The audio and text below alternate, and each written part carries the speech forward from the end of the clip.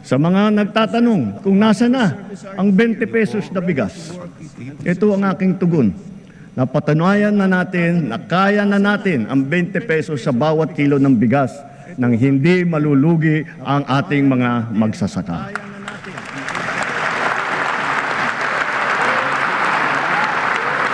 Kamakailan naman ay matagumpay nating nailunsad ito sa Luzon, Visayas at Mindanao, kagaya sa San Juan, Pangasinan, Cavite, Occidental Mindoro, sa Cebu, sa Bacolod, sa Guimaras, Siquijor, Davao del Sur.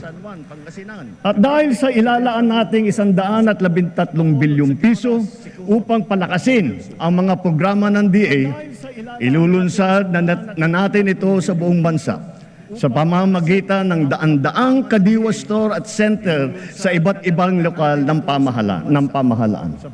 Binabalaan ko ang mga trader na magtatangkang magmanipula ng presyo ng palay o ng bigas o manloloko ng mga magsasaka.